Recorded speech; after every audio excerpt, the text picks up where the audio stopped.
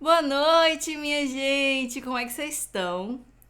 Gente, eu tô muito feliz de estar aqui com vocês na nossa Odontoclass.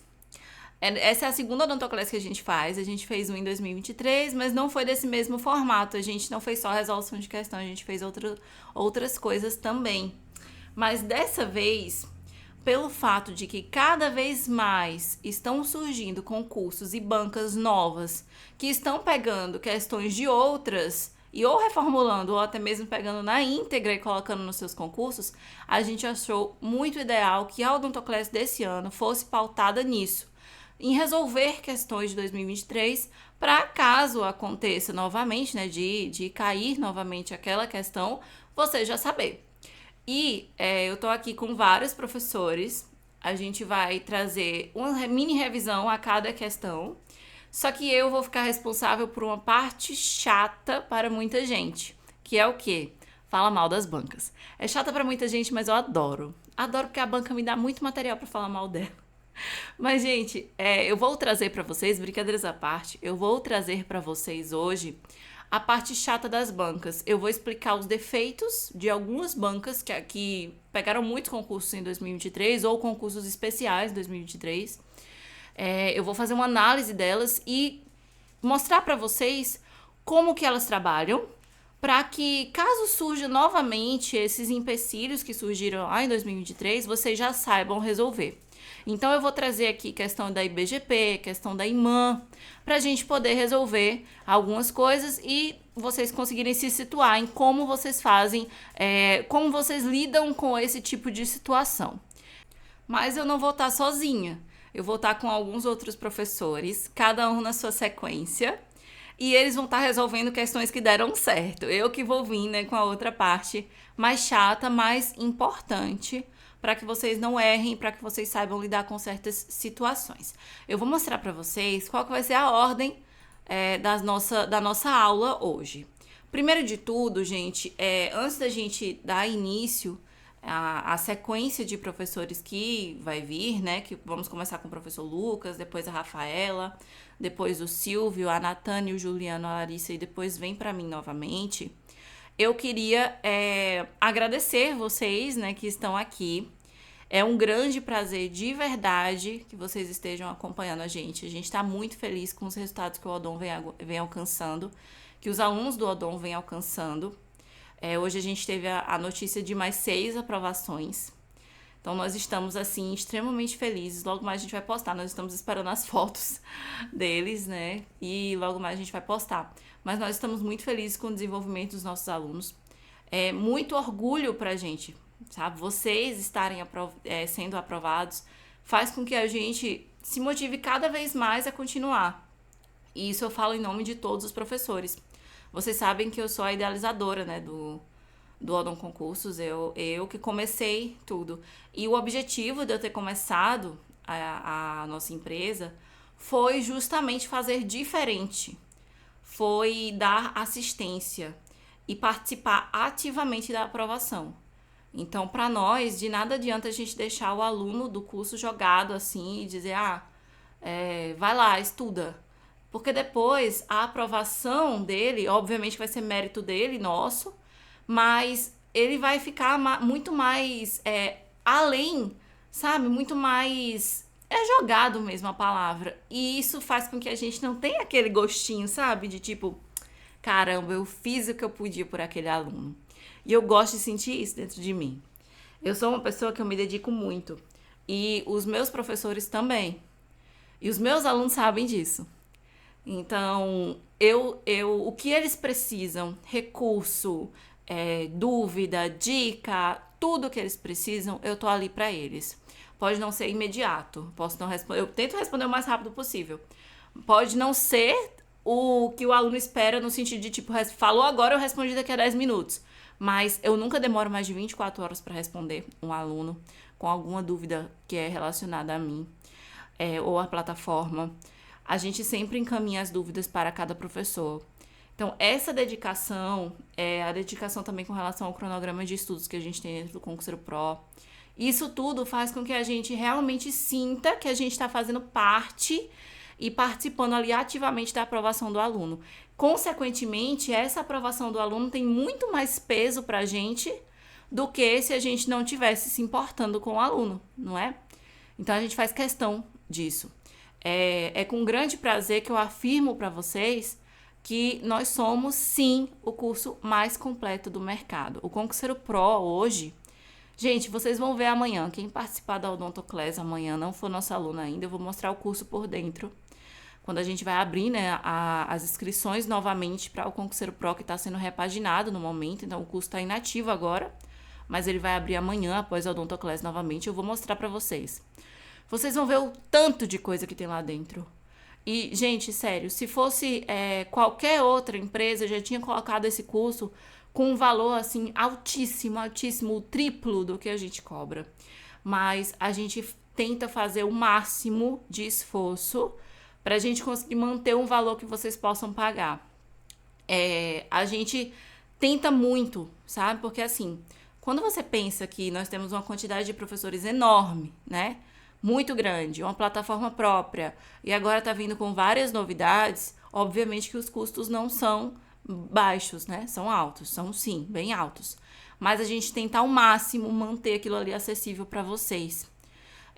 Tudo que a gente faz é por vocês, sério mesmo. Isso é uma coisa que eu deito a minha cabeça todos os dias no travesseiro e eu digo, poxa, hoje eu fiz tudo o que eu podia pelos meus alunos.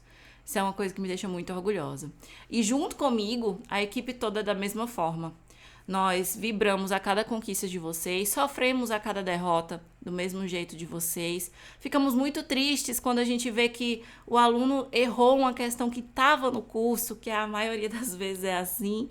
Então, a aula estava ali e o aluno às vezes não estudou o suficiente, pulou aquela aula porque não confiou que a gente estava dizendo que podia cair.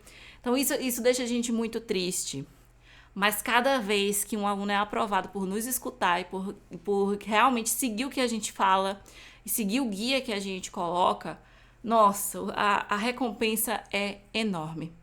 E hoje a gente tá trazendo justamente um pouco do que tem no curso para vocês abertamente, para que vocês entendam como que a gente trabalha, como que como que é a didática dos nossos professores. Então eu selecionei aqui 6 professores além de mim, para que a gente faça essa apresentação de algumas questões para vocês vejam como que funciona e também aprendam, porque eu não gosto dessas coisas. Abri um curso, me inscrevi no curso, fui para um grupo de WhatsApp e a pessoa simplesmente só faz vender, vender, vender. Não sou assim. Obviamente que eu não sou hipócrita. Claro que a gente vai vender curso, gente. Amanhã a gente vai abrir as inscrições para o Concurseiro Pro. Óbvio. Ninguém aqui é criança. A gente sabe como é que um evento funciona. Mas não dá para entregar um evento que seja só venda. A gente tem que trazer um evento que agregue e muito para vocês. E é para isso que serve o dia de hoje e o dia de amanhã.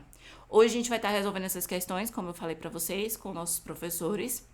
Eu vou estar ensinando alguns macetes para vocês, sendo muito sincera como eu sempre sou, com relação a algumas bancas. E amanhã nós vamos estar falando sobre os concursos previstos em 2024.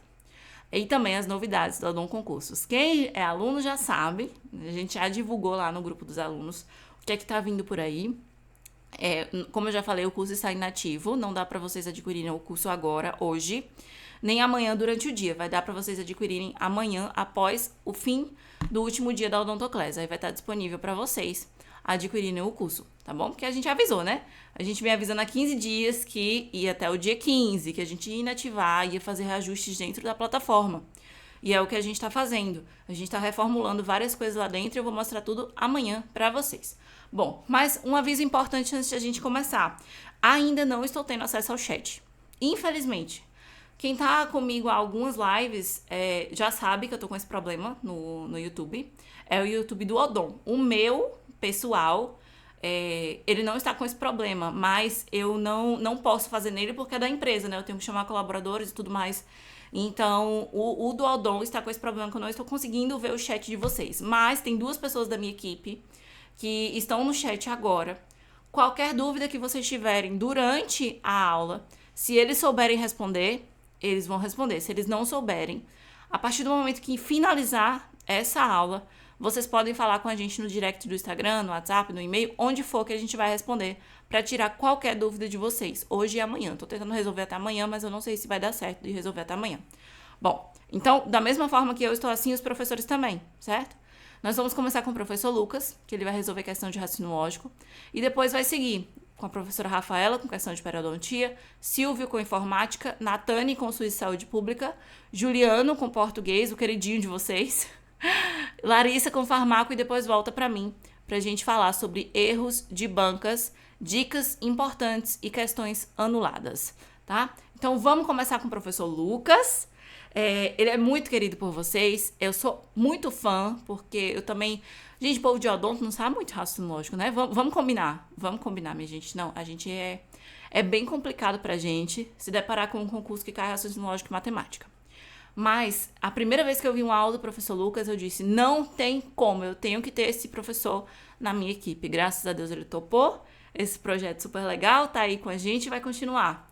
E, gente, sério, ele ensina muito bem, vocês vão ver. É isso. Daqui a pouco eu volto, depois passando todos os professores, eu volto pra gente falar sobre umas coisas importantes e polêmicas. É com você, professor Lucas. Fala pessoal, professor Lucas Dias na área. Estamos começando aqui mais uma aula ao vivo e a cores no Odon Concursos, certo? Para quem não me conhece, meu nome é Lucas Dias, professor de matemática e de lógica, parceiro aqui do Odon, que é um projeto que tem crescido muito e alcançado, né, muitos patamares por todo o Brasil, tá certo? Estamos aqui aprovando muita gente, com a graça de Deus, muitos dentistas, certo? E fazendo um trabalho sério e de qualidade, tá certo? E nessa aula agora a gente vai fazer um bem bolado, tá? A gente tem agora parte da nossa equipe que vai trabalhar com você aí uma questão específica dentro da sua área. Então eu vou fazer uma questão agora que você está vendo da banca FGV, que é uma banca aí que está dominando muitas provas, e logo depois, né, a Rafa vai entrar com tudo aí com vocês, tá certo? Vamos lá então, né? É uma questão que trabalha com equivalências do condicional, que são duas regrinhas muito cobradas em provas por todas as bancas. Então, são duas regras que você não pode esquecer, tá certo? Vamos lá então. A questão ela fala o seguinte: é dada a afirmativa. Se o cliente pagou, então não é devedor, tá certo? Então, claramente, nós temos aqui o condicional, se e então, e o problema fala o seguinte: para cada uma das três afirmativas a seguir, assinale V se a afirmativa for equivalente à afirmativa dada e F se a afirmativa não for equivalente à afirmativa dada. E aí nós temos aqui as três afirmações que a banca coloca, que a gente vai fazer a nossa análise, e aí ela pergunta o seguinte: as afirmativas 1, 2 e 3 são respectivamente, então a gente tem que pôr se é verdadeiro ou falso, tá certo? Se as afirmações dadas são equivalentes à afirmativa dada no início, tá certo? Bom, primeiramente, vamos recordar, né, até mesmo de forma simbólica, quais as regras de equivalência que existem para o se e então. Então vamos lá. Regra número 1. A regra número 1, ela é mais cobrada que a regra número 2. Pensa comigo o seguinte: você vai ter a seguinte situação: se P, então Q, certo? A sua equivalente é a seguinte: você vai manter o se e então, certo? Você mantém. Aí você vai trocar a ordem das partes. Eu vou trazer o Q aqui para o início e eu vou levar o P para o final. E além de trocar a ordem das partes, você vai negar as duas partes. Então eu vou negar a primeira parte e eu vou negar a segunda parte, tá certo? Então essa é a primeira regra e entre as duas regras é a mais cobrada. Bom, sendo assim, vamos aplicar, né? A frase que nós temos é: se o cliente pagou, então não é devedor. Nós temos que pegar essa primeira parte aqui, certo? nós temos que levar para o final e nós temos que negar. E nós temos que pegar essa segunda parte aqui, trazer para o início e nós temos que negar, tá certo? Tá vendo ali a palavrinha, por exemplo, cliente? Eu vou manter ela no início, tá? Eu acho que fica legal e a maioria das bancas fazem isso. Então, eu vou colocar assim, ó, lembrando que nós temos que manter o se e então. Então, eu vou colocar assim, ó, se, aí eu pego a parte final e trago para o início, aí eu vou colocar assim, ó, se o cliente, aí eu tenho que negar. Tá vendo que já tem um não ali, ó? Então, quando já tem o não e você precisa negar, você retira o não. Ó, se o cliente é devedor, certo? Devedor. Então, aí eu vou pegar a primeira parte e levar para o final e nós temos que negar. Então, eu posso colocar assim, ó, ele, só para ficar mais completinho, ele não pagou, correto? Ou eu coloco apenas não pagou, não tem problema, tá? Mas só para ficar um pouquinho mais completo, mas isso não vai fazer diferença nenhuma. Ou seja, nós temos a seguinte sentença: se o cliente pagou, então não é devedor, tá? A primeira equivalente ficou assim: se o cliente é devedor, então ele não pagou. Ou então não pagou. Não tem problema, tá certo? Aplicamos a primeira regra. Agora, nós vamos aplicar a regra de número 2. O que a regra 2 fala? Nós temos aqui, ó, se P, então Q. Vai ser o seguinte, preste atenção. Eu tenho que trocar o se e então pelo ou. Então, eu vou vir aqui, ó, vou colocar o ou, certo? E aí eu tenho que negar a primeira parte. Nessa regra 2, nós não mudamos a ordem das partes, tá certo? E eu vou negar somente a primeira parte. Então, vai ficar assim, ó, não P ou, e aí eu tenho que manter a segunda parte, que, tá certo? Então, aqui é a nossa segunda regra de equivalência, que também é muito cobrada, tá certo? Bom, aí eu vou fazer aqui, ó, deixa eu apagar ali, só para ficar mais fácil da gente enxergar o que nós vamos fazer. Então, vai ser o seguinte, ó, nós vamos, no lugar do se e então, nós vamos trocar pelo ou, certo? E essa primeira parte aqui, ó, nós vamos negar essa primeira parte e essa segunda parte aqui, nós vamos manter do jeitinho que tá lá, tá certo? Então, a frase vai ficar assim, ó. O cliente, veja bem, o cliente, aí nós temos que negar, não pagou, ou aí a outra parte a gente mantém, não é devedor, certo? Ou seja, a frase dada foi: se o cliente pagou, então não é devedor, e a sua segunda equivalente ficou assim: o cliente não pagou ou não é devedor. Ponto final, tá certo? Então, nós temos aqui, ó, a sua primeira equivalência, nós temos aqui a segunda. E aí, o problema colocou 3 situações. Aí nós temos que ver qual que bate ou quais que batem.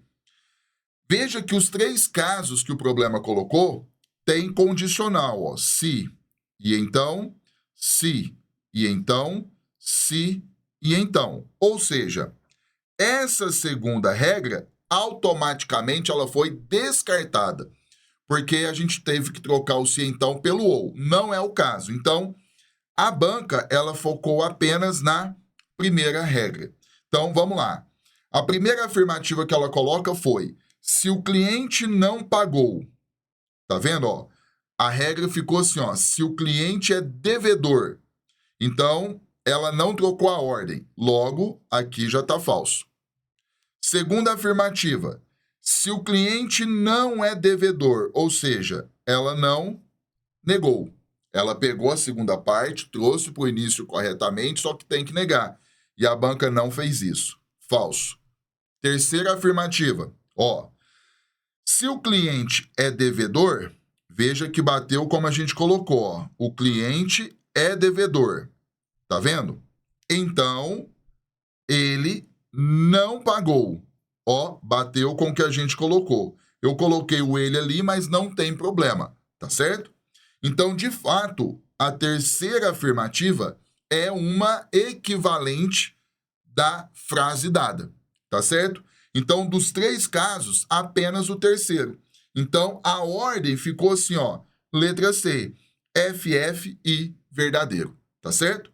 Mas eu quis pontuar as 2 regras para você recordar, já te falo, dentro do tópico de equivalência da lógica, essas 2 regras do condicional são fundamentais, tá certo? Maravilha? Espero que vocês tenham gostado dessa dica, é muito importante, né? Qualquer informação que você precisar de concursos, fale com a equipe pedagógica aí do Odon Concursos, tá certo? E agora eu vou deixar com vocês a palavrinha com a Rafaela. Boa aula a todos! Valeu, professor Lucas, muito obrigada pela sua explicação. E agora a gente vai para uma questão de periodontia de 2023 sobre exame clínico periodontal. A banca é a IVEN, da Prefeitura de Canto do Buriti, no Piauí. Então, vamos lá. A bolsa periodontal, definida como um sulco gengival patologicamente aprofundado, é uma das características mais importantes da doença periodontal. Sobre o assunto, analise as proposições a seguir. 1. Bolsas podem envolver 1, 2 ou mais superfícies do dente, ter diferentes profundidades e tipos em diferentes superfícies do mesmo dente e sobre superfícies próximas do mesmo espaço interdental. 2. Frequentemente, a parede gengival da bolsa periodontal é rosa e firme. 3. Em bolsas supraósseas, a base da bolsa é apical ao nível do osso alveolar e a parede da bolsa está localizada entre o dente e o osso. 4. A gravidade da perda óssea está geralmente, mas nem sempre, relacionada com a profundidade de bolsa. Qual a alternativa correta? Todas as proposições estão corretas, apenas uma proposição está incorreta, 2 proposições estão corretas, 3 proposições estão incorretas ou nenhuma proposição está correta. Bom, então para isso, para responder essa questão, a gente vai ter que analisar afirmativa por afirmativa, certo? Então vamos lá. Bolsas podem envolver 1, 2 ou mais superfícies do dente. Vamos analisando por parte. Até aqui, eu não vejo nenhum erro, né? Porque um dente, ele pode ter mais que uma bolsa, né? Diferentes faces. Então, ok. E ter diferentes profundidades. Também está ok. Né? Na mesial, a gente pode ter uma bolsa de 3, na distal uma bolsa de 7, por exemplo. E tipos, diferentes tipos, também está correto. Porque a bolsa ela pode ser tanto supraóssea como infraóssea. Certo? E em diferentes superfícies do mesmo dente, ok, já discutimos isso, e sobre superfícies próximas do mesmo espaço interdental. Também está correto, porque é muito comum a gente ver, por exemplo, uma bolsa na distal do 47 e uma na mesial, na distal do 46 e uma na mesial do 47, né, ocupando ali aquele mesmo espaço interdental. Então, a alternativa 1, ela está completamente correta. Eu gosto já de ir eliminando as alternativas, né? Então, se já temos uma alternativa correta, uma afirmativa correta, essa última aqui a gente já pode eliminar, né? Que nenhuma proposição está correta, porque nós já encontramos uma. 2. Frequentemente, a parede gengival da bolsa periodontal é rosa e firme. Olha, pessoal, essa aqui está incorreta. Por quê? Eu não estaria errada, certo? Se eu dissesse que eu estaria errada, na verdade, se eu dissesse que a bolsa periodontal, ela não tem uma característica rosa e firme. Por quê? Muitas vezes a gente pode encontrar, né, em um dente com uma gengiva com aspecto saudável, uma bolsa periodontal ali em determinada face, certo? Então, não é totalmente errado eu dizer que uma bolsa periodontal ela pode ser rosa, né? A parede da bolsa pode ser rosa e firme. Entretanto, essa não é a característica mais frequente, não é o que a gente encontra clinicamente mais frequentemente, certo? O que é mais comum? Encontrarmos uma face ali mais flácida, certo? E mais avermelhada por conta da inflamação local. Essa é a característica mais frequente da bolsa periodontal, certo? Então, a alternativa 2 está incorreta. A proposição 2. Proposição 3. Em bolsas supraósseas, a base da bolsa é apical ao nível do osso alveolar e a parede da bolsa está localizada entre o dente e o osso. Essa alternativa está incorreta, porque aqui ele está descrevendo bolsas infraósseas. No caso, as bolsas supraósseas, a parede da bolsa ela é mais coronal ao nível do osso alveolar. E a parede da bolsa ela não está localizada entre o dente e o osso. Essa é uma característica da bolsa infraóssea, certo? Então, a 3 a gente já pode eliminar também. Proposição 4. A gravidade da perda óssea está geralmente, mas nem sempre, relacionada com a profundidade da bolsa. Bom, essa alternativa está correta. Por quê?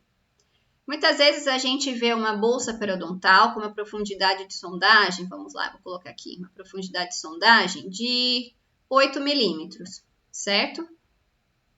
8 milímetros. A gente pensa, nossa, é um dente que já perdeu bastante inserção, já perdeu bastante osso, porque tem uma bolsa profunda. Mas a gente não pode só olhar a gravidade da perda óssea através da profundidade de sondagem. Por quê? Nós devemos avaliar a gravidade da perda óssea através do nível de inserção clínico, né? Do NIC. É isso que a gente tem que também levar em consideração. Então, vamos dar um exemplo prático aqui. Vamos aproveitar essa profundidade de sondagem de 8 milímetros e vamos dizer que esse dente tinha uma recessão gengival de 1 milímetro, certo? 1 milímetro. Então, aqui, como a gente sabe que o NIC é a soma da profundidade de sondagem com a posição da margem gengival, que no caso aqui é 1 da recessão gengival, então a gente tem um NIC de 9 milímetros, certo? Mas vamos avaliar um outro caso. Um dente que eu tenho, por exemplo, uma profundidade de sondagem não tão alta assim. Eu tenho uma bolsa de 5 milímetros, né? Então, uma bolsa média, não tão profunda. Mas eu tenho uma recessão gengival de 6 milímetros. Vamos por aqui, 6 milímetros. Então, eu vou ter aqui um NIC de 11, certo? Qual dente que está pior? O dente que tem a bolsa 5 ou a bolsa 8, né? No caso aqui, ele quem perdeu mais inserção? Esse aqui, que tem uma bolsa menor. Então, a gente não pode avaliar a gravidade da perda óssea somente com a profundidade de bolsa. Geralmente, sim. Né? Geralmente, quando tem uma bolsa muito profunda, é que o dente já perdeu bastante osso. Mas a gente não pode somente avaliar esse parâmetro da profundidade de sondagem, e sim também a posição da margem gengival, que vai nos levar, né, ao nível de inserção clínico. Então, a alternativa 4 está correta. Então, nós temos aqui, né, nós já chegamos, então, a uma alternativa correta. Nós temos duas corretas, então, a alternativa correspondente é a alternativa C. Duas proposições estão corretas, certo? Bom, agora eu vou passar a palavra para o professor Silvio dar continuidade e eu vejo vocês, então, no nosso curso. Valeu, professora Rafaela. Vamos lá então agora com informática aqui, onde a gente vai resolver uma questão da VUNESP 2023, questão atualizadíssima. E uma questão sobre Excel, que é um tema que é, né, temido aí pela maioria dos candidatos. Mas vou mostrar para vocês nessa questão que é bem simples, legal? Vamos lá então, dá uma olhada. Olha só, então a gente tem uma planilha aqui, como é padrão da VUNESP, e nós temos uma função dentro de outra função. Sempre que no caso aqui, ó, veja que eu tenho a função menor que está dentro da função conte.num. Então é uma questão que está pedindo o conhecimento de duas funções. Então como que a gente resolve nesse caso? A gente começa de dentro para fora. Então primeiro eu tenho que resolver a função menor para depois resolver a função conte.num. Então vamos lá. O que a função menor ela vai fazer? Ela vai verificar dentro do intervalo de A1 até C3 qual é o terceiro menor número. Então se a gente pegar aqui, ó, o intervalo ele é de A1 até C'3. Então esse aqui é o nosso intervalo, legal? Beleza. Dentro desse intervalo, esse número 3 aqui, ó, ele indica que ele quer o terceiro menor número. Se tivesse o 2, seria o segundo e por aí vai. Então veja, para eu saber qual é o terceiro menor valor, eu tenho que achar quem é o primeiro e o segundo. Então vamos lá. O primeiro menor valor é o número, vamos ver, é o número 3, ó. 3 aqui, ó, é o primeiro menor número. Então vou colocar aqui, ó, primeiro. Depois desse número, qual é o segundo menor número? O segundo menor número é o 4. Tá aqui, ó. É o 4, é o segundo menor valor. Legal. Agora a gente vai ver o terceiro menor número é o 6. Silvio, o 6 aparece duas vezes. Qual 6? Não importa. Por quê? A função menor, ela não quer saber qual a célula que está o número. Ela quer saber qual é o número. Tanto faz se você vai pegar esse número 6 ou esse número 6, não importa. Saiba que no caso aqui eu vou pegar esse aqui. Esse aqui é o nosso terceiro menor valor. Então a resposta que vai estar dentro do contínuo aqui, né, dos parênteses, é o número 6, somente. Legal? Beleza. Agora, o que é a função conte.num? A função conte.num é uma função que vai contar, né, quantas células estão preenchidas somente com números, ou seja, somente com valores numéricos. Então, se a gente pegar aqui, ó, dentro do intervalo, só tem apenas, né, somente o número 6, ou seja, um número apenas. Legal? Então, quando eu penso aqui conte.num, quantas células eu tenho aqui? Né? Ou melhor, quantos números eu tenho? Um só. Só está preenchido aqui um único valor. Então, a resposta vai ser gabarito letra A. Um número apenas eu tenho dentro ali do intervalo da célula. Legal? Então, quando eu penso aqui na estrutura das fórmulas, né, por exemplo, eu tenho a função menor, né, que eu vou ter uma estrutura que é o intervalo, ponto e vírgula, posição. Então, aquele número 3 representa a letra P ali, sempre vai ter ela. E eu tenho a função conte.num, no caso, né, tem que ter o acento aqui, né, que vai ter um intervalo dentro dela. Esse intervalo, né, a função conte.num vai contar células que estão preenchidas somente com valores numéricos. Nesse caso, como eu tenho um número só, a resposta é 1 porque eu tenho um número. Mas, né, complementando aqui, se por exemplo, eu tivesse aqui, ó, assim, ó, igual conte.num no intervalo de A1 até C3, que é o mesmo intervalo que eu tenho ali, né, de todos os números, qual seria a minha resposta? Veja, ou melhor, dentro do intervalo de A1 até C3, né, dentro desse intervalo, quantas células estão preenchidas somente com valores numéricos? Então eu tenho aqui, ó, 1, 2, 3, 4, 5, 6, 7, 8, 9. Ou seja, a resposta, se fosse assim, seria 9 células preenchidas somente com valores numéricos. Legal? Então aí fica um complemento da função aí para que você, né, caso ela caia na sua prova, porque é um assunto muito comum dentro da banca VUNESP, tá bom? E essa função menor, eu também tenho a outra versão dela, que é a função maior. Mas a mesma estrutura, intervalo, ponto e vírgula, posição. Só que a função maior eu vou começar a contar a partir dos números maiores, tudo bem? Então são as estruturas aí obrigatórias dentro das funções, legal? Então espero aí que essa questão de 2023 possa ajudar, porque é um tema também dessas funções que são cobradas em outras bancas também, não só na VUNESP, como outras bancas são cobradas de forma igual. Legal? Então a gente encerra essa questão por aqui e agora eu passo para a professora Natane. Vai lá, professora.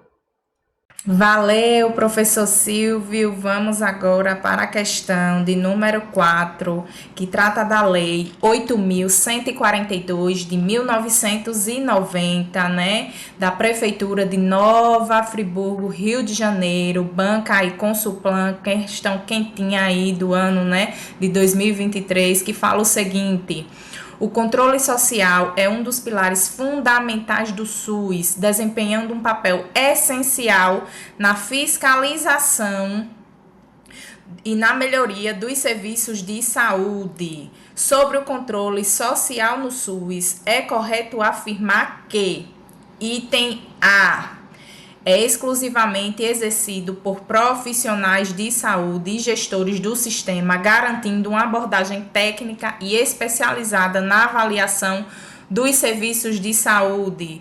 Gente, o que é o controle social no SUS? É a participação da comunidade, né, aí na decisão, na homologação das ações, dos serviços, das políticas públicas de saúde no SUS, tá certo?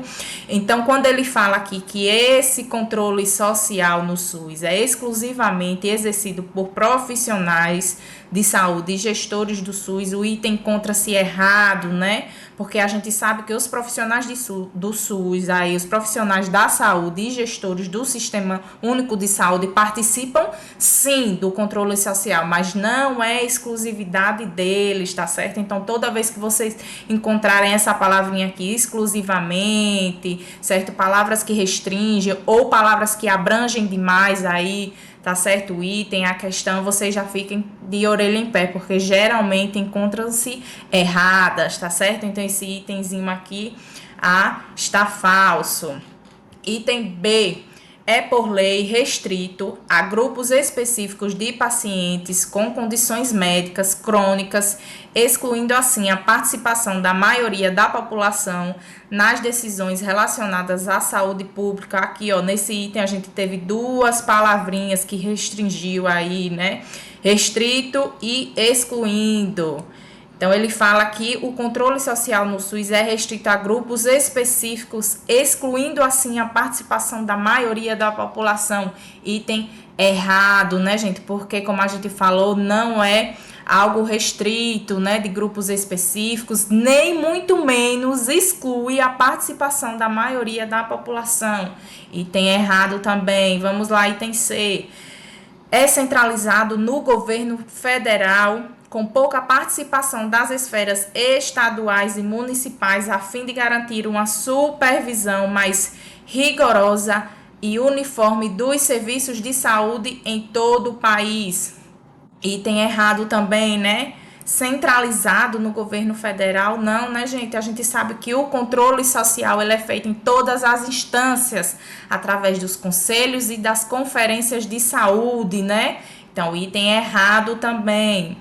Item D, os conselhos de saúde aí, ó, compostos por representantes dos usuários, dos trabalhadores da saúde e dos gestores, são uma das principais formas de exercício do controle social, contribuindo para a participação democrática na gestão da saúde pública.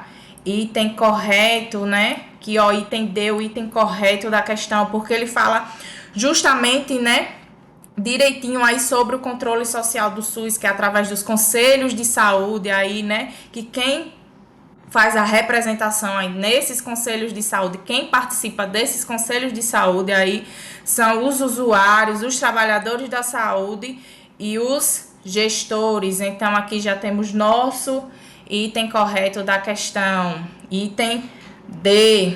Aqui eu trouxe uma breve explicação aí para vocês, né, dessa lei aí que trata essa questão que a gente acabou de ver, que é a Lei 8.142 de 1990, né, que dispõe aí sobre a participação da comunidade na gestão do Sistema Único do SUS, que trata, né, que o SUS conta em cada esfera de governo, sem prejuízo das funções do Poder Legislativo, com as seguintes instâncias colegiadas: conferências de saúde e conselhos de saúde, né? E a composição desses conselhos e dessas conferências de saúde é que 50% de usuários participem, tá certo? Dos conselhos das conferências, e que os outros representantes, né, os outros 50% sejam 25 de gestores e prestadores de serviços do SUS e 25 de trabalhadores da saúde, tá certo? Então aí é uma lei que cai muito em concurso público, tá certo? Então é bom estudar essa lei. E agora eu passo a palavra para o professor Juliano e espero ver vocês aí, né, no nosso curso Odon Concursos. Até mais, até breve, fiquem com Deus. Muito bem, muito obrigado, professora Natane. Galera, Emanados de Luz, agora é comigo. Chegou a língua portuguesa e eu trouxe para vocês um assunto. Se liga aí na tela, ó. Prova 2023, cirurgião dentista. E adivinha o que eu selecionei? A tão falada e às vezes, temida crase. Beleza? Olha só, vamos resolver essa questão, olha aí, de crase. Que diz o seguinte: levando em conta a necessidade ou não do uso da crase em situações textuais, assinale a alternativa que preenche correta e respectivamente as lacunas pontilhadas. Aí, claro, galera, para eu não, né, pra não precisar botar o texto inteiro aqui, eu peguei as linhas e coloquei aqui pra gente resolver a questão. Aliás, vou até deixar a questão aqui, ó. Tu tá louco, olha aí. Se liga nessa. Ó, deixa eu botar aqui melhor. Deixa eu vir pra cá. Aí, agora sim. Bom, vamos lá, galera, para tudo, vem comigo. Se liga nessa. Crase? Sim. A gente estuda muito no nosso curso aqui no Odon. Pessoal, camarada, crase, para tudo. Primeira ação, verificar se depois da lacuna, porque a maioria das bancas, seja qual for, a maioria prefere esse estilo. Aquele em que a gente preenche a própria crase dentro do próprio texto, para depois fazer a compreensão textual. Então, normalmente é a questão número 1, número 2 da nossa prova. Beleza? Bom, vamos lá então. O que é para fazer, professor? Primeira ação, se liga nessa. Para tudo. Para tudo, emanador. Primeira ação. Ó, primeira ação. Verificar, ó, após a lacuna, o SF. SF, turma, lá na aula a gente comenta sobre isso. Para ganhar tempo, SF, substantivo feminino. Não é palavra feminina. Para com isso. Para com isso. Porque uma hora ou outra, concurseiro, ó, se liga nessa, vai te levar ao erro. Então não é palavra feminina, é substantivo feminino. Então aqui, ó, na primeira eu tenho níveis. Opa, mas é os níveis, professor. Então, emanado, só de, ó, nós nem nos preocupamos com a crase e a gente já tem plena ideia, certeza plena de que não vai crase na primeira lacuna. Galera, onde não houver substantivo feminino, esqueçam. Concurseiro, esqueça, não tem crase. Viu que rápido? Claro que é, tranquilo. É só uma questão, turma, de prestar bem atenção. Assistir a aula lá e ser bem objetivo, ó. Eu já vi que níveis é os níveis, não é a níveis, é o nível, não vai crase. E outra coisa, aproveitando o momento, se por um acaso níveis fosse, não é, mas se fosse substantivo feminino, está no plural. Se liga nessa, galera. Aqui, ó, a banca, ela deu o A no singular. E aí, vamos lembrar. Todo mundo lembra desse dizer. Tu lembra? Chama todo mundo. Chama teu vizinho, chama o cachorro. Todo mundo lembra desse dizer que é singular com plural? Top demais. Crase nem a pau. É isso aí. Não vai, galera. Não vai. Então, a gente já consegue eliminar as letras D e E. Ó, já caem as duas aqui.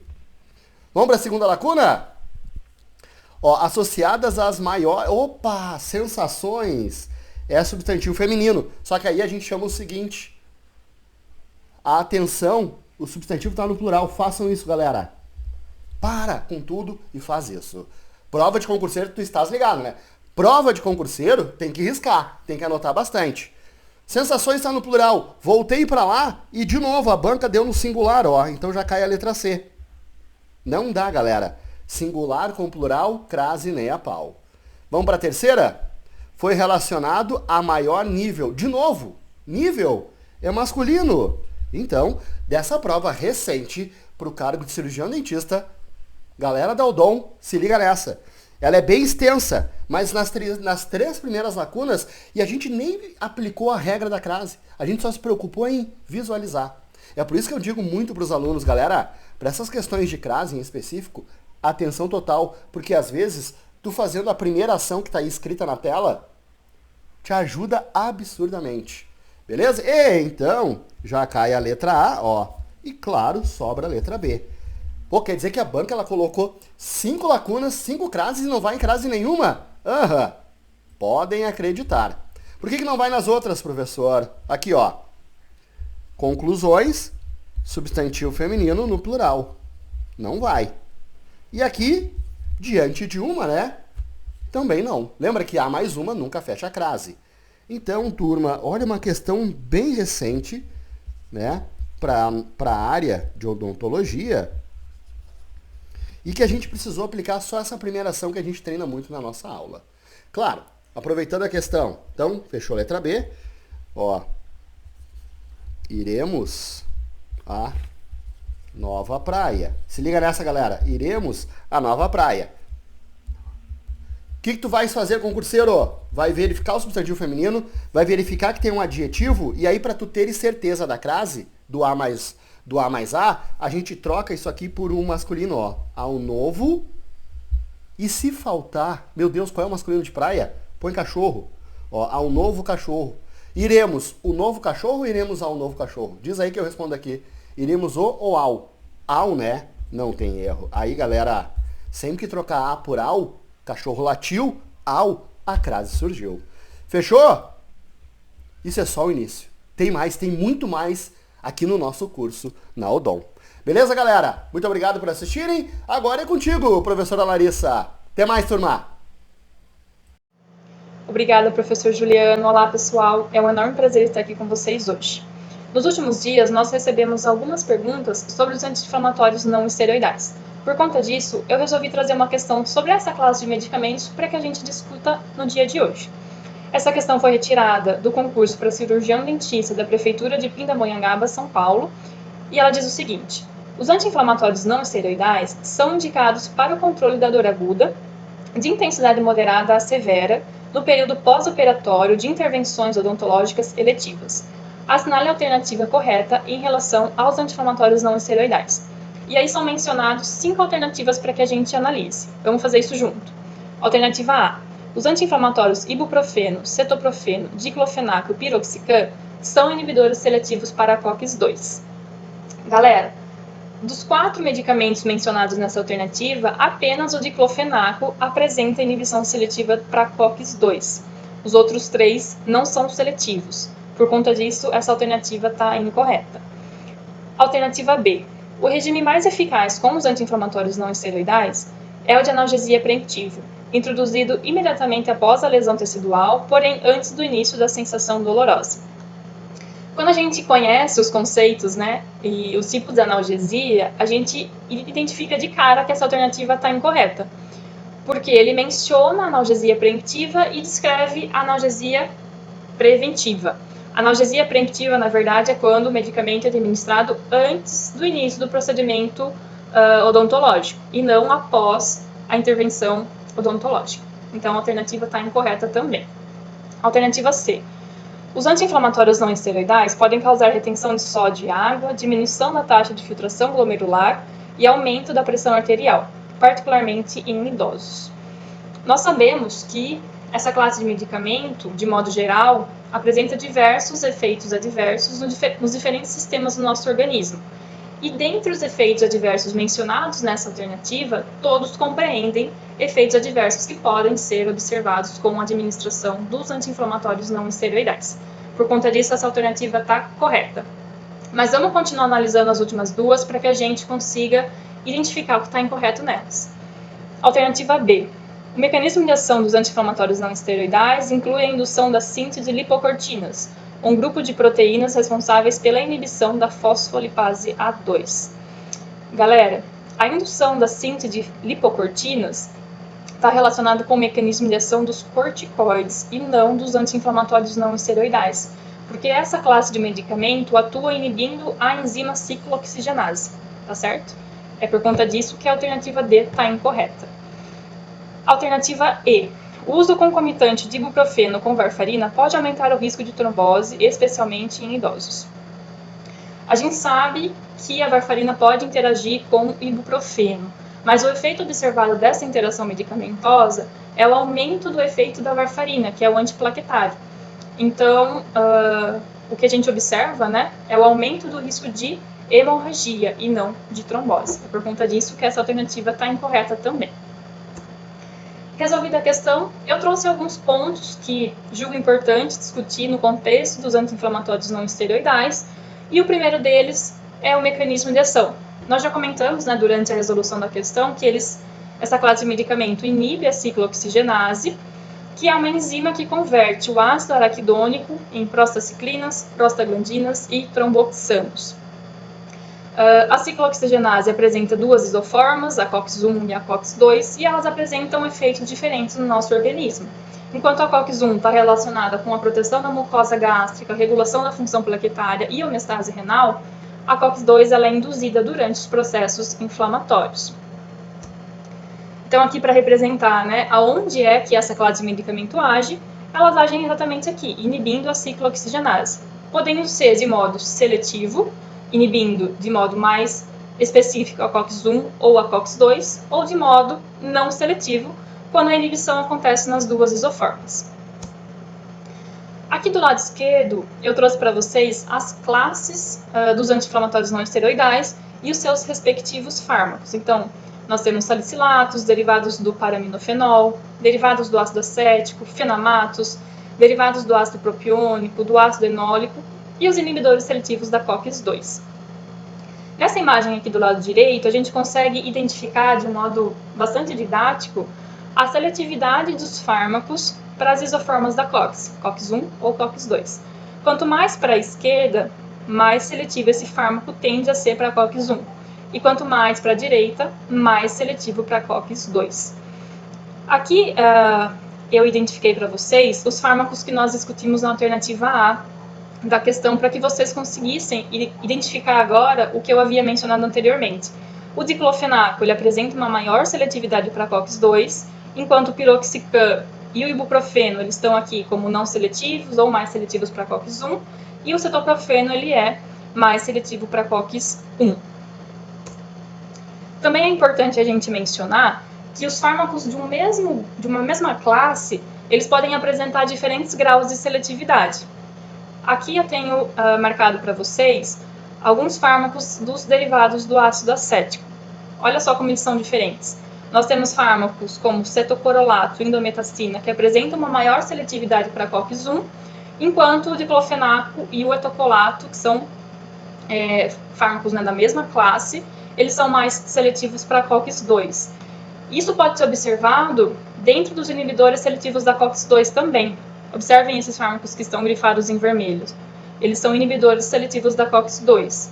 Nós temos aqui o celecoxib, que apesar de ser seletivo para COX-2, é menos seletivo do que o lumiracoxib. Galera, vale a pena a gente mencionar, né, nessa discussão que os inibidores seletivos da COX-2 eles apresentam uma toxicidade cardiovascular bastante significativa. Por conta disso, a grande parte desses fármacos que estão grifados aqui, eles foram retirados do mercado.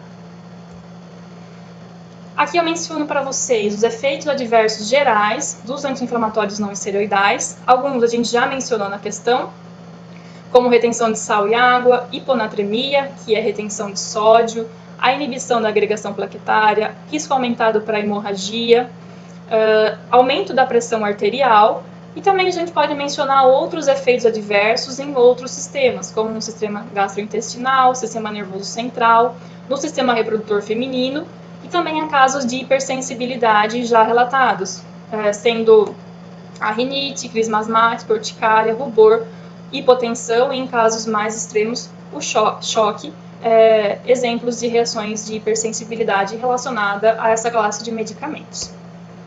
E para finalizar essa discussão, quando e como usar os anti-inflamatórios não esteroidais? Esses medicamentos eles são indicados para o controle da dor de intensidade moderada a intensa em procedimentos odontológicos, como exodontias inclusos, cirurgias periodontais, colocação de implantes múltiplos, procedimentos de enxertias ósseas e outras intervenções aí que podem ser realizadas e algum anti-inflamatório não esteroidal pode ser administrado.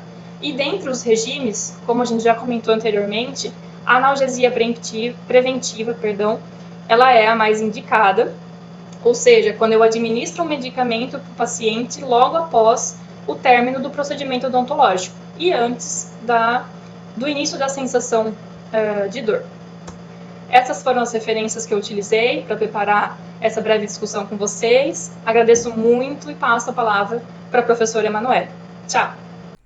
Obrigada, Larissa. Então, voltamos comigo. Como eu já falei com vocês, a gente vai falar sobre umas coisinhas polêmicas. Gente, primeiro eu queria falar com vocês sobre tipos de bancas. A gente tem uma dúvida grande dos alunos, uma recorrência de dúvidas dos alunos sobre as bancas. Essa banca aqui é boa, essa banca aqui é boa. Minha gente, a gente tem perfis de bancas, que algumas são bem complicadas, outras são irresponsáveis e desorganizadas, e outras são boas. O que é uma banca boa de se trabalhar? Uma banca boa de se trabalhar é uma banca que costuma manter o seu perfil, né? Então, faz uma prova de um perfil de um nível, faz outra prova do mesmo nível, com o mesmo perfil, e vai seguindo essa linha. Isso é uma banca boa de se trabalhar. Além disso, uma banca boa de se trabalhar também tem que ser responsável com as informações que ela coloca na questão. Então, geralmente uma banca boa de se trabalhar tem poucos recursos quando lança uma prova, faz tudo bem redondinho. Então, obviamente que todos cometem erros, todos cometem erros, é comum. Mas a banca boa de se trabalhar, ela reconhece seu erro e ela tenta a cada prova evoluir para que tenha cada vez menos erros. E, principalmente, aceita os recursos quando esses são bem amparados pela literatura. O que é uma banca ruim de se trabalhar? Banca ruim de se trabalhar é uma banca que muda o seu perfil de uma prova para outra. Isso é muito comum com bancas vinculadas a universidades federais, universidades estaduais. Por quê? Porque bancas que são vinculadas a universidades, elas ficam à mercê dos professores que vão estar disponíveis naquela época. Então, por exemplo, se uma banca de uma universidade lançou o último concurso em 2019 e em 2024 aqueles mesmos professores de 2019 ou não estão disponíveis, ou não querem fazer, ou se aposentaram, vai vir outros professores para fazer a prova. Isso faz com que o nível fique diferente. Lembra da época da graduação? Que a gente tinha professor que fazia, às vezes, o mesmo assunto, né? Fazia de uma forma mais fácil, fazia de uma forma mais difícil, então você fica à mercê daquele professor que vai estar disponível naquela época que a banca lançou o edital. Isso é uma banca chata de se trabalhar, mas esse tipo de banca a gente ainda consegue ainda consegue lidar com ela. Por quê? Porque basta que você faça muitas questões de várias bancas, de vários estilos. E aí o que vier, vai vir e vai dar tudo certo, porque você já vai estar preparado para tudo. Por isso que no curso a gente coloca 6, 7 mil questões para que vocês tenham aí uma carga boa para caso, né, vocês se deparem com situações como essas ou com bancas que repetem questões uma das outras, que isso é muito comum e eu postei sobre isso essa semana no feed. Só que, minha gente, tem uma classe de banca que não é ruim de se trabalhar, não, é péssima. E isso entram algumas bancas específicas que, assim, eu não gosto de citar nomes, mas é a minha obrigação. Eu tô o tempo todo lidando com alunos e eu sou a maior defensora dos meus alunos, gente. Tem bancas que acham que, na verdade, que tem um ego lá em cima. Que erram, você justifica que ela errou, você coloca um livro, o livro que é a maior referência da odontologia para eles, ali na cara deles, e eles dizem, não errei, está tudo correto aqui, eu considero o que eu quero. Acontece, viu? Essas são as piores bancas, porque não basta errar, porque errar todo mundo erra, mas não admitir o erro e prejudicar o aluno, isso para mim é absurdo. Professora, você não tem medo não de falar mal das bancas e alguém reclamar com você? Não me dê material, minha gente. O problema é que o povo fica me dando material pra falar mal, aí fica complicado. O que eu passei esse ano com a banca IBGP, minha gente, pelo amor de Deus, assim, a gente fez recursos maravilhosos, com referências, assim, na cara mesmo deles, e eles disseram que não iam. Eles simplesmente não acataram com o recurso. E isso é muito complicado, porque isso prejudica os alunos. Mesmo assim, a gente aprovou ainda bastante alunos na prova que a IBGP fez, que foi essa aqui que eu trouxe para vocês. A gente aprovou 4 dentro das vagas. Graças a Deus, ficamos muito felizes com isso. Mas a gente tem a consciência de que é uma banca complicada e difícil de lidar. Assim como a IBGP, a gente tem uma outra banca péssima também, que é a RBO. A RBO, eu não sei se eu considero a IBGP pior ou melhor do que a RBO. Qual que é o problema da RBO? A RBO, ela é uma banca que ela erra desde o edital. Então, ela costuma errar em edital, coloca data que não é correta, coloca requisito para cargo de odonto que não é solicitado, que todas as bancas retiram, mas ela deixa, desorganizada no edital, demora para lançar o edital, então escolhe uma banca no mês X, e aí a banca deixa passar 6, 7, 8 meses para poder sair o edital, porque tá, né, ainda organizando tudo, não tem tanta experiência. Então, essas coisas são bem difíceis de lidar. Sinceramente, fica pau a pau para mim, a IBGP e a RBO. Isso significa que você vai deixar de fazer por causa disso? De jeito nenhum. Entenderam? De jeito nenhum. Por quê? Você vai perder a chance da sua vida por causa de uma banca ruim? De jeito nenhum. Até porque a gente vive na esperança de que melhore, né? A gente vive nisso. Por exemplo, a IBAN é uma banca já que a gente já trabalha, já tem um tempo, é uma banca bem sedimentada, já tem aí uns 3 anos que ela vem com tudo, em muitas, 3, 4 anos, em muitas provas, né? A IBAN vem pegando mesmo, mas ela ainda comete certos erros. Então, ela cometeu uns erros grotescos na prova de Guanambi, na Bahia. Recursos assim na cara dela, muitos recursos. Então, em 30 questões, 10 a gente solicitou recurso, eu lembro até hoje. E aí ela melhorou. Logo depois vem a prova de Guaxupé. E a prova de Guaxupé foi tranquila. A prova de São Lourenço também, que veio pela IBAN, tranquila, se organizou direitinho. Então, aprende com os erros, né? Esperamos sempre que uma banca aprenda com os erros anteriores. E aí a gente vai entender aqui como que a gente lida com situações como essa aqui, que aconteceu na IBGP agora em 2023, no processo seletivo de Congonhas. Como eu já falei para vocês, a gente aprovou, né? Graças a Deus os alunos sabem como lidar com essas situações. Vez ou outra, numa resolução de questão, a gente se depara com questões não assim, né? Porque assim é muita inexperiência, muita mesmo. Vocês vão entender por quê.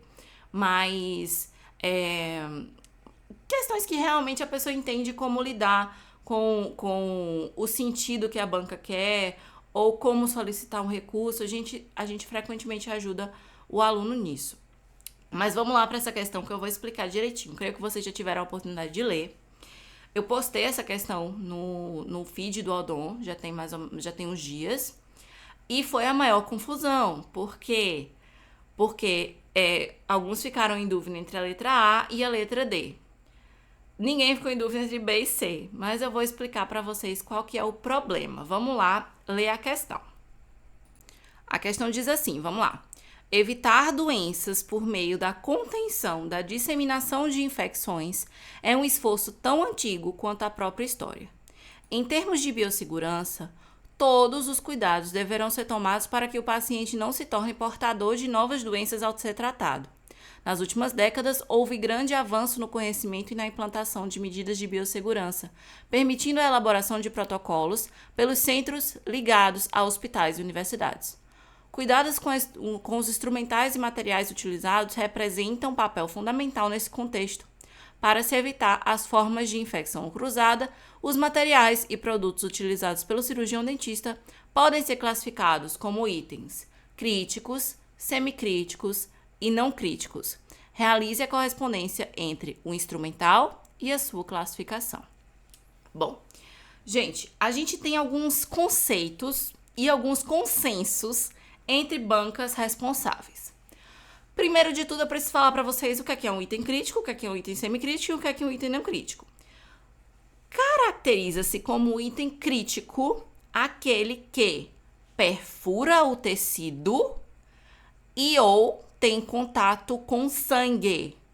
Ou seja, é um item com grande chance de contaminação. Por isso que se chama item crítico. Esses itens, eles sempre precisam ser esterilizados ou descartados. A esterilização, ela visa a eliminação de todas as vidas, de todas as formas de vida, né? Todos os micro-organismos, inclusive os esporos bacterianos. Isso faz com que o item crítico seja relacionado muito a instrumentais que sejam de grande risco. Praticamente aqueles que estão relacionados ao sangue, né? Tem ali um contato com o sangue. O item semicrítico, ele não tem contato com sangue. Ele tem contato com mucosa e saliva. Não tem contato com sangue, certo? E o item não crítico, ele não tem contato nem com sangue, nem com mucosa, nem com saliva. Ele tem contato apenas com a pele íntegra do paciente. Exemplos de item crítico: um fórceps, né? Que ele tem ali um contato com o sangue, uma alavanca, um sindesmótomo, uma lima, são exemplos de item crítico. Clássicos, que é consenso entre todos, que são itens críticos. Itens semicríticos: um espelho clínico, uma pinça clínica, um perfurador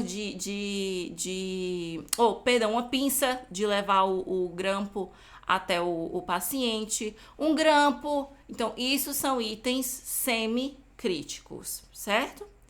Itens não críticos: o aparelho de raio-x, o mocho, os equipamentos com relação a armários, né? Os armários, a cadeira que o paciente está sentado. Isso são itens não críticos. E a gente tem um que ele é... na verdade. Aqui são dois, mas um que ele é o principal, que os concursos não abordam porque pode causar confusão nos seus candidatos. O concurso, ele tem algumas situações que respaldam com que faz com que o concurso seja obrigado a fornecer o recurso. Quais que são essas situações? Quando tem erro grotesco, quando o aluno está incapacitado de responder aquela questão, né? Ou seja, quando tem alguma confusão, que a gente vai ver mais na frente, ou quando aquele assunto não está disposto no edital. Então, aí a banca precisa dar o recurso. Nessa situação aqui, ela deveria ter dado o recurso, e eu vou explicar por quê. Como eu já falei, tem dois itens aqui que são polêmicos. Quais que são esses itens polêmicos?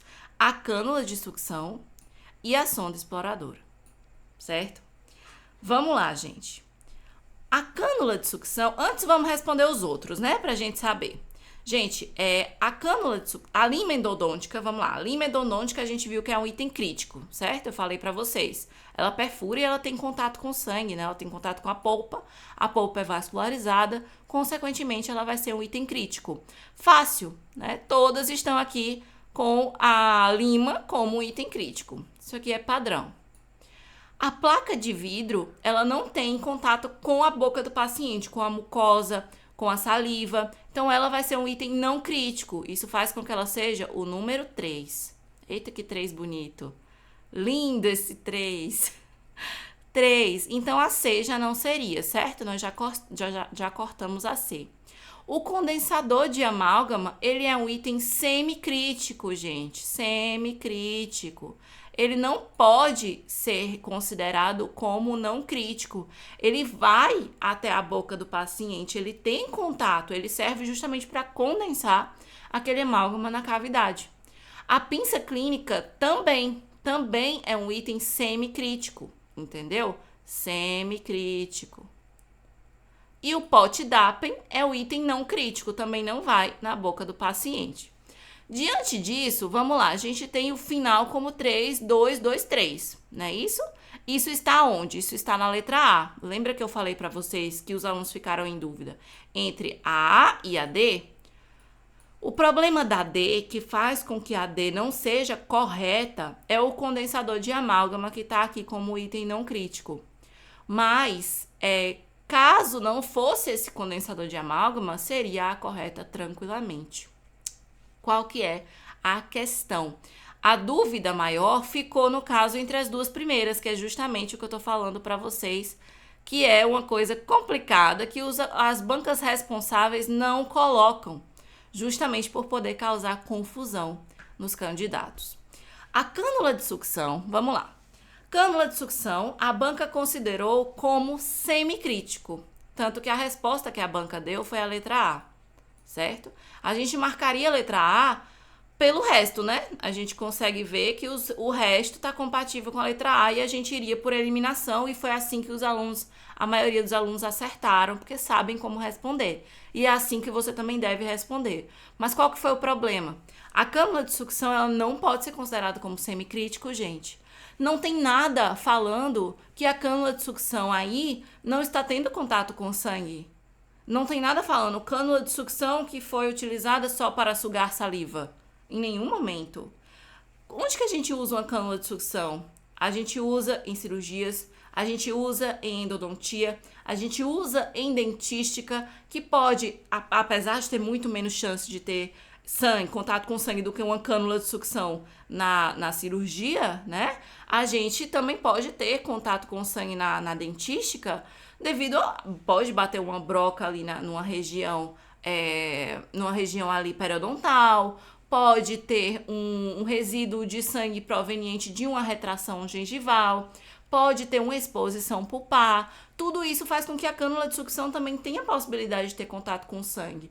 Como que ela pode ser considerada como item semicrítico se ela pode ter contato com sangue? Para que a banca estivesse correta nesse caso, ela teria que falar cânula de sucção que foi utilizada apenas para saliva. Aí, ela estaria super correta em colocar a cânula de sucção como semicrítico. Mas, como é muito passível de se utilizar a cânula de sucção para sugar o sangue também, ela entraria como item crítico na 99,9% das bancas. Só que a IBGP considera ela como item semicrítico. E aí, nesse caso, o que é que você faz? Sabendo que a IBGP não aceita recursos, que eu falei para vocês que ela é egocêntrica, a gente tenta recurso e ela não aceita. O que é que você faz? Você vai pelo seu, você vai dizer assim, olha, não, a professora falou que é um item crítico, então eu vou marcar como crítico, sendo que as outras alternativas estão todas compatíveis com a letra A? De jeito nenhum. Você vai simplesmente dizer, a IBGP é meio tantã, então eu vou marcar aqui, né, as outras, pelo menos as outras eu tenho certeza. E como a IBGP é tantã, eu vou marcar a letra A. E foi assim que os alunos fizeram e os alunos acertaram. Então, caso caia uma próxima vez como cânula de sucção na IBGP, você vai marcar como semicrítico. Entenderam? Outra banca que não vai vir, mas se vier em outra banca, você vai marcar como crítico e qualquer coisa você pode entrar com recurso tranquilamente, porque geralmente as outras bancas são mais responsáveis, menos egocêntricas e podem sim aceitar o seu recurso. A questão aqui, gente, é que a banca, geralmente, ela não coloca isso, como eu falei para vocês, porque pode causar uma confusão no candidato. Não tem um consenso, assim, para dizer assim, olha, nesse material aqui, ele é colocado como crítico, nesse outro como semicrítico. Não, o que tem é uma convenção entre as bancas, que a maioria das bancas não colocam a cânula de sucção e quando colocam, ela vai ser considerada como item crítico por conta dessa possibilidade de você abordar que ela vai ter o contato com o sangue. Entenderam? Uma outra coisa que causou uma controvérsia com os candidatos foi que a sonda exploradora, que é a que está considerada como semicrítico na letra D, Aqui ela foi considerada como crítico, né? Qual que é a controvérsia da sonda e por que ela geralmente não é abordada em outras bancas mais responsáveis? Porque a sonda, ela não é, vamos lá, ela não é utilizada para perfurar o tecido, certo? É uma sonda exploradora, não uma sonda periodontal. Você não vai ficar ali na mucosa, na gengiva do paciente tentando provocar algum tipo de sangramento com a sonda. Ela é feita para fazer o diagnóstico de cárie, de fissuras, não é? Então é para isso que a gente faz o uso da sonda. Tecnicamente, por não ser esse o objetivo dela, ela também fica meio assim entre o crítico e o semicrítico, porque por mais que não seja o objetivo dela, ela pode perfurar, ela pode ter contato com sangue. Então já pensou? Você tá ali passando a sonda numa região mais cervical, toca na gengiva e tem um sangue. Foi porque você quis? Não, mas tem a possibilidade, não tem? Foi a função da sonda. É a função da sonda machucar a gengiva e produzir sangue? Não, mas tem uma possibilidade, não tem? Então é aí que você fica muito no limbo entre a cânula entre a sonda exploradora ser um item crítico ou um item semicrítico. Só que ela já é um consenso. Ela é um consenso em todas na verdade, a maioria das bancas, que ela é um item crítico. Mas eu considero muito errado isso. Eu considero bem errado ela ser considerada como um item crítico. E frequentemente, quando algum aluno meu erra porque a banca considerou como crítico e ele colocou como semicrítico, eu defendo ele com unhas e dentes. Eu vou atrás da referência que for para justificar um recurso para ele. Na maioria das vezes dá certo, viu? Tanto que é um consenso que a sonda exploradora geralmente não é abordada nas questões por ter essa certa discrepância entre o que o aluno considera, né? Entre os conceitos de crítico e semicrítico. Só que, gente, quando a gente vai analisar as outras alternativas, fica muito em dúvida realmente entre a A e a D. A única coisa que me faria não assinalar a D seria o condensador de amálgama, né, da D, que está se tratando aqui na questão como item não crítico e a gente sabe que não é. Então, eu iria por eliminação e por saber que a IBGP é complicada. E é aí que eu digo a vocês a importância de você conhecer a banca. Tem muita banca nova surgindo, minha gente, eu juro. Em 2023, a pessoa sacudia uma árvore, caía 50 dentistas, 150 bancas e um passarinho. O tanto de banca que apareceu não foi brincadeira. Eu ficava doida atrás de alguma questão da banca para eu poder descobrir quais bancas eram semelhantes, porque essas bancas mais paiazinhas, elas não divulgam suas questões, elas querem que você descubra qual é o estilo dela. Então a gente ia lá atrás do cronograma e dizer, olha, essa daqui são semelhantes, estude por elas. Na maioria das vezes, graças a Deus, deu tudo certo. Tivemos, inclusive, questões repetidas entre outras bancas, nessas bancas mais novas. E a IBGP, ela tá vindo bastante aí, principalmente em concursos de Minas. Por isso, prestem atenção nessa complicação. Estudem, obviamente, façam o que é possível na alçada de vocês, mas sempre com aquele pezinho atrás na IBGP, de que pode ser que ela esteja um pouco doida. Entenderam? E aí a pessoa ficaria também doida, pensando se ela não consideraria o condensador de amálgama como um item não crítico, né? Por isso que ficou todo mundo aí em dúvida entre a A e a D. Mas a banca considerou A. Eu creio que ela não vai repetir essa questão, tá? Porque a tendência é aprender com os erros.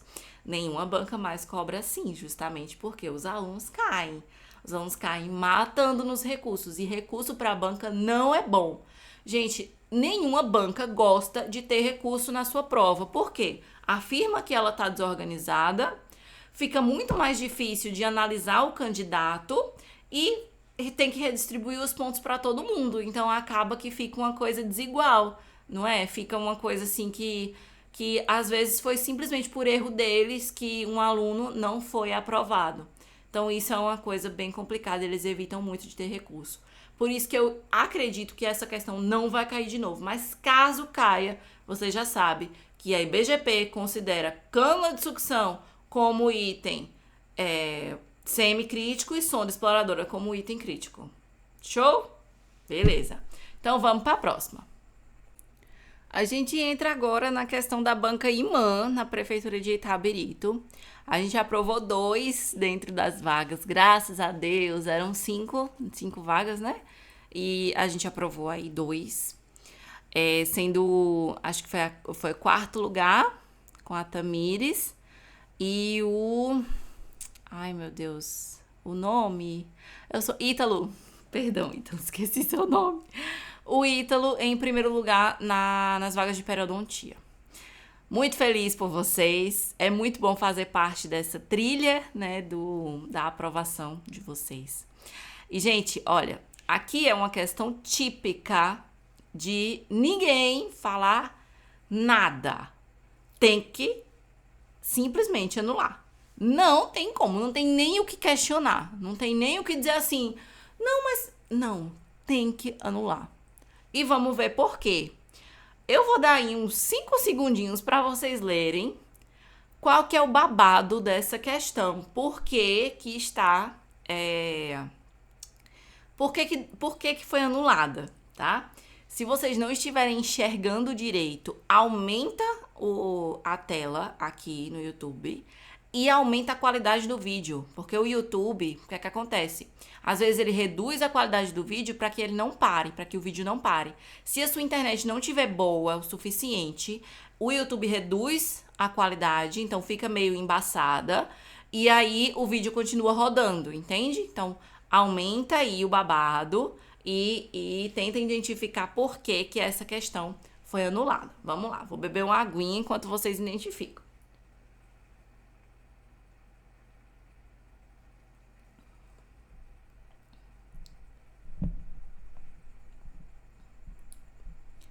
E aí, identificaram?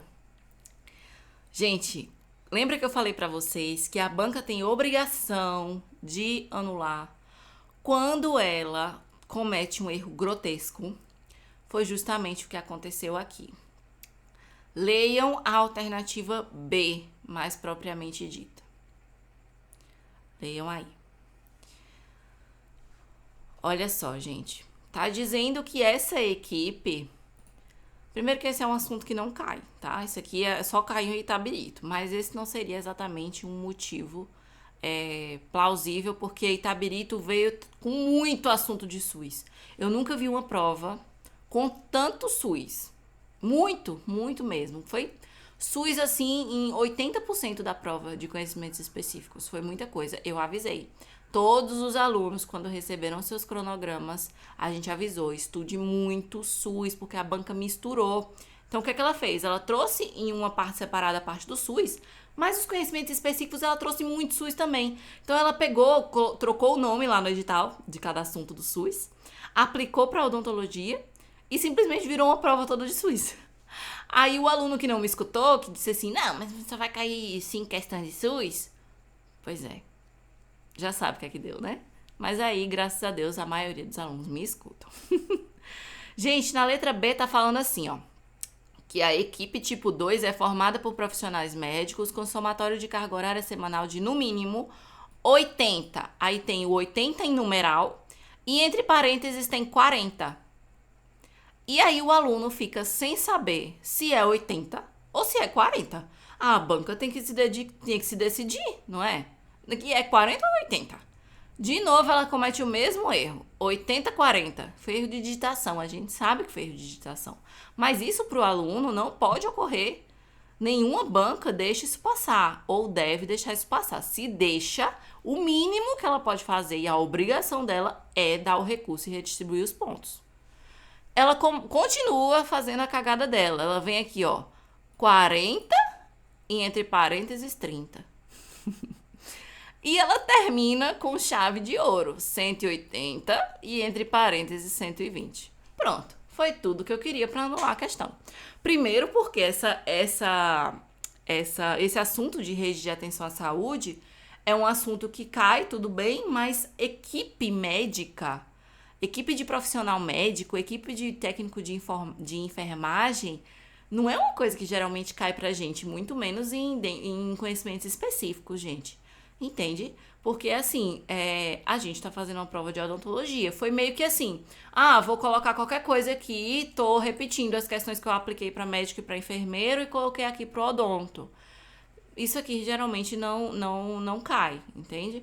Ó, pode ver ali que tá falando de procedimento de fisioterapia, profissionais fisioterapeutas, assistentes sociais, mas não tem nada falando sobre a odonto. Então, por que caiu em conhecimentos específicos, né? Quando eu vi essa questão, eu fiquei, não acredito. Quis um tiquinho assim pra anular e foi o que eu consegui. E aí eu continuei, né, lendo, buscando mais um pouquinho. E aí eu achei na letra D. Achei na letra D um 4 e entre parênteses um 3. Aí pronto. Obviamente que a questão foi anuladíssima por causa desse erro gritante que poderia confundir muito o aluno, não é? Teve outra questão dessa mesma prova que também foi anulada. Essa aqui tá toda correta.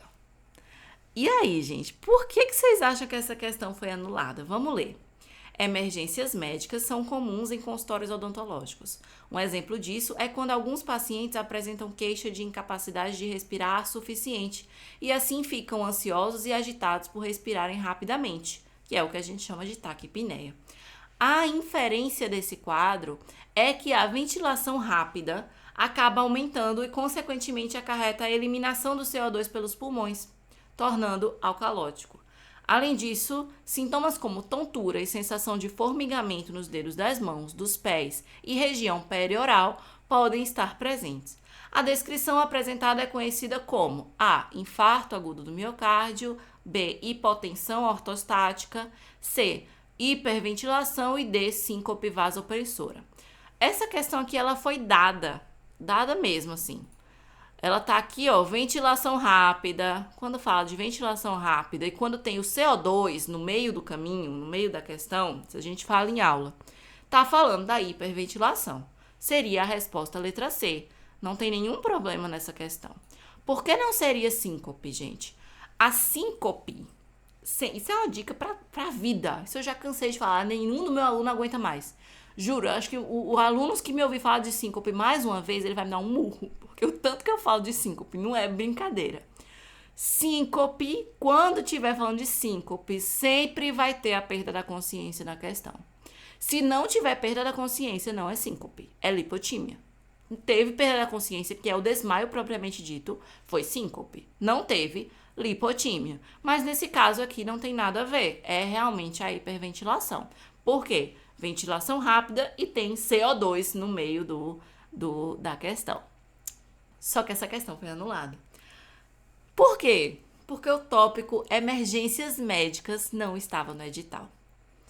E, gente, é uma coisa assim que a gente sempre avisa a vocês que tem muita possibilidade de terem assuntos inseridos em outros. Por exemplo, quando tem dizendo assim, vamos lá, técnica endodôntica, que já caiu. Aí cai lá, tá lá o nome técnica endodôntica, o aluno vem pedir pra gente fazer uma lista de aulas para determinado edital que tá lá, técnica endodôntica, e a gente coloca solução irrigadora, e ele fica, vocês erraram no meu cronograma, vocês erraram na minha lista de aula, não tá falando no edital que vai cair solução irrigadora. E você usa solução irrigadora pra quê, minha gente? Não é pra fazer a endo? Não? Não faz parte da técnica endodôntica? Pois é. Isso cai de bolo. Frequentemente, dentro, por exemplo, de materiais dentários, vem clareamento. E o povo fica, mas não vai cair clareamento, mas tá lá, materiais dentários. E aí? O gel clareador não é um material? Cai. Então, você ter um guia, um grupo de professores que tem experiência nisso e que sabem que pode cair, é a chave, porque aí você vai ter acesso a tudo que você precisa para aquele edital. Só que emergências médicas não é o caso. Por quê? Porque emergências médicas é um assunto que precisa estar incluído. Ele vai estar incluído onde? Ele pode estar com outro nome. Ele pode estar assim, conduta no atendimento odontológico em caso de urgência. tá com outro nome. Mas mesmo assim a gente ainda consegue recorrer, porque urgência não é a mesma coisa de emergência. Entendeu? Então, o edital, quando vier com emergência, vai vir, né, com o nome lá, emergências médicas. Ou atendimento ao paciente politraumatizado, atendimento ao paciente que não está bem de saúde, algo assim. Aí pode vir com esse nome. Mas se não tiver nenhum dos sinônimos, não vai cair emergências médicas. E foi o que aconteceu em Itabirito.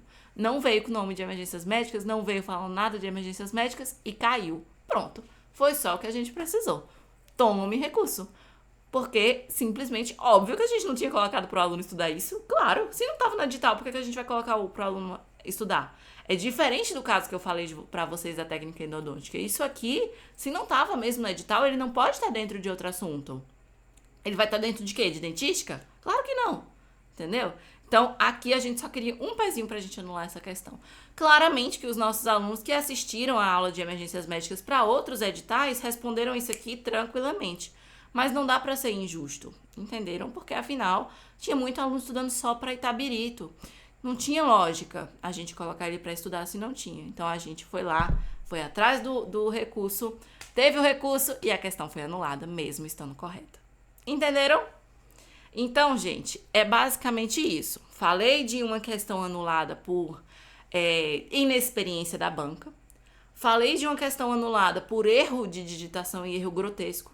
E falei de uma questão anulada porque não correspondeu ao edital. Na verdade, a primeira, ela não foi anulada, né? Esqueci de falar pra vocês. Ela não foi, ela deveria ter sido, mas não foi. Viu? É esse babado. A primeira, da IBGP, não foi anulada, mas as outras duas foram. Isso faz com que o problema não seja a banca inexperiente. A IMAN também é inexperiente, gente. A IMAN fez pouquíssimas provas. A gente teve muita dificuldade para achar, inclusive. Nós resolvemos 3 antes da prova de Itabirito. 3 provas completas. Agora, IMAN tá vindo com Poços de Caldas, então ela vai começar a pegar alguns... Vocês vão ver a IMAN aí um pouco mais agora. Mas a IMAN é consciente. Vocês viram? Errei. Pronto, errei, mas anulei, dei um jeito.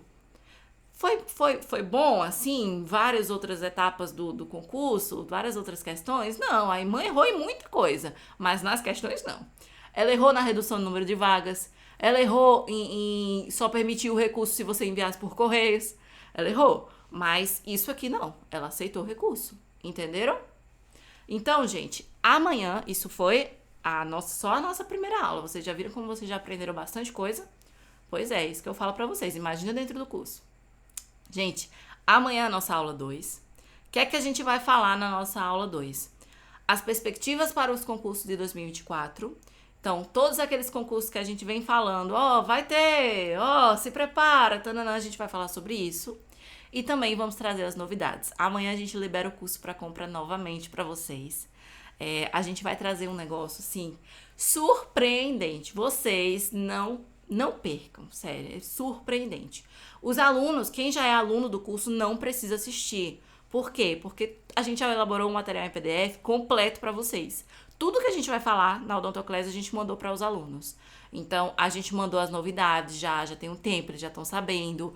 Tudo de perspectiva para os concursos de 2024, eles já estão sabendo. Então, nossos alunos são nossa prioridade, vocês sabem, né? Não tem como a gente não dar prioridade aos nossos alunos. São os nossos queridos, são os nossos xodozinhos. E eles já têm acesso a tudo isso, então eles não precisam participar. Mas você que é novo ainda nesse mundo, que quer saber, que ainda não é nosso aluno, esteja comigo amanhã, às 8, também nesse mesmo horário, para a nossa aula 2. Após a aula 2, eu vou abrir novamente a inscrição para o curso. Espero vocês amanhã e tchau, tchau!